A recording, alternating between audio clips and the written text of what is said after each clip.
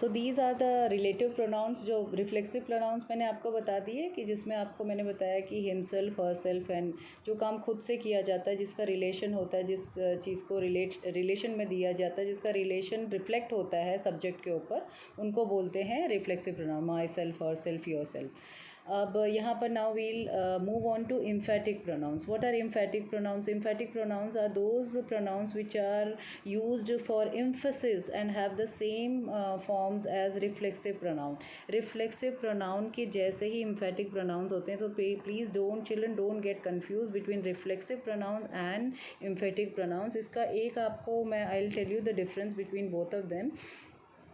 Suppose a sentence is like Misha was angry with herself for the mistake. वो अपने आप से ही angry थी for the mistake. So this kind of sentence is here the example is of reflexive pronoun. Whereas जब she herself दो चीज़ें emphasize की है, वो खुद पहले तो she लिख दिया है, फिर उसके बाद herself भी ऐड किया गया है. She herself asked me to call you.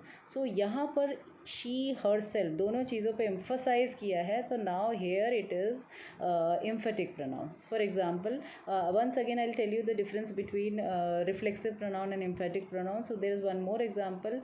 We enjoyed ourselves in the park. So यहाँ पर हमने अपने बारे में बोला and in between the sentence we wrote ourselves. So it is a reflexive pronoun. But whereas when we say that she locked herself inside the room, so she locked herself inside the room. She and herself is used, and here it is again known as what, who is locked, who was locked inside the room. So here again it is the example of emphatic pronoun because emphasis is given here upon this situation. Okay, so now emphatic pronoun, we understood about emphatic pronoun. Now the next one is relative pronouns. What are relative pronouns? अब relative pronouns आपको नाम से ही पता चल रहा है कि आपका कोई they refer back to a relation, कोई भी relation आपका previous जो है उसके बारे में बात की जाती है. जब पहले की बात कोई की जाती है, सो उसको बोलते हैं रिलेटिव प्रोनाउन. सो आप with example you will understand it better. The definition is relative pronouns are use to join sentences to refer back to a noun और pronoun call for antecedent or also to introduce noun clauses or relative clauses. So for example, if I'll tell you the sentence, a boy who stole his wallet has run away. So कौन सा लड़का है? वह लड़का जिसने wallet चुराया. He has run away. So अभी हमने प्रीवियस किसी बात से उसको रिलेशन रखा. उस सेंटेंस में दो सेंटेंसेस छुपे हुए हैं, जिसमें एक सेंटेंस प्रीवियस सेंटेंस से उसके बारे में पहले बताया जाता है. कौन सा लड़का है? जिसने वॉलेट चुराया वो भाग गया है. जिसने वॉलेट चुराया था वो भाग गया. Like for example, one more examples I will give you. Like words like who, whom, whose, which, that are used as relative pronoun. My friend whom you met that day is going to the USA for higher studies. The coffee which we had in the morning was rejuvenating. So जो हमने सुबह P थी वो रिज्यूविनेटिंग है. सो हमने past का कोई एक इंसिडेंट है जिसको रिलेट किया और हमने दूसरा सेंटेंस बताया. सो दो बातें कही गई हैं in which one thing is related to other. So these are known as relative pronoun.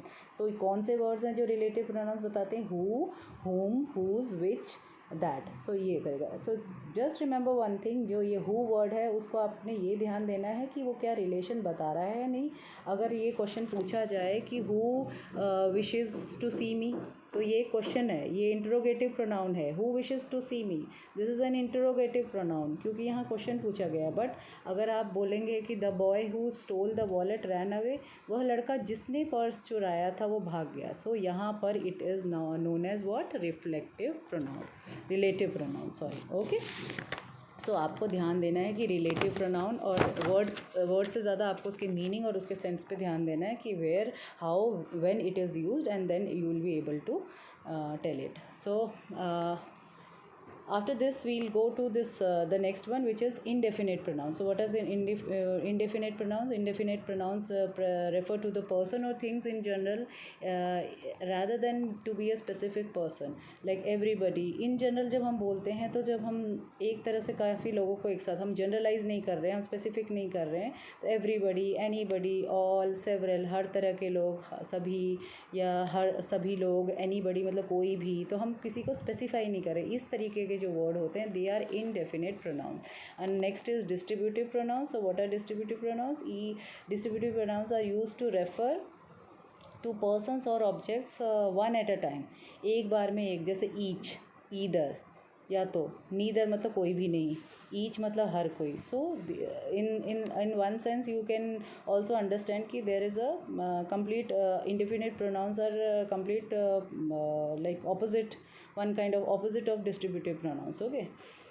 So after that we'll go to the reciprocal pronouns. Reciprocal pronouns are used to refer to two or more people who can carry out an action at the same time and are affected by its consequences at the same time. So यहाँ पर reciprocal pronoun जो होता है वो एक तरह का, like each other, they are set of two words, जिसमें एक दूसरे का जो वो दोनों वर्ड जो होते हैं वो एक दूसरे के ऊपर एक दूसरे के कॉन्सिक्वेंसेस एक दूसरे से रिलेट करते हैं. एक का मीनिंग दूसरे के बगैर कुछ नहीं है. So like Jack and Jill help each other one another. So remember these two words, the pair of these two words are like they are like, जैसे बोलते हैं जोड़ी में हैं, they are like twin words जो एक साथ एक दूसरे को सपोर्ट करते हैं. Each other one another. So they are incomplete without one each of them. So these two words are known as reciprocal pronouns, like each other, one another. So each other is used when two persons are involved. So one another is used when more than two persons are involved. Okay, ये आपको ध्यान देना है. So we started with personal pronoun, possessive, demonstrative, interrogative. We did reflexive, emphatic, relative, indefinite, distributive, and reciprocal. So with this the main crux of the whole chapter is done, and I have elaborately with examples, with all the exercises we have been doing this in our classes, and further the answers of each of the exercises marked properly have been given to you, so you can check your answers from that, and with for further doubts and queries you can ask me anytime in your classes. Okay, so have a nice day. Bye bye.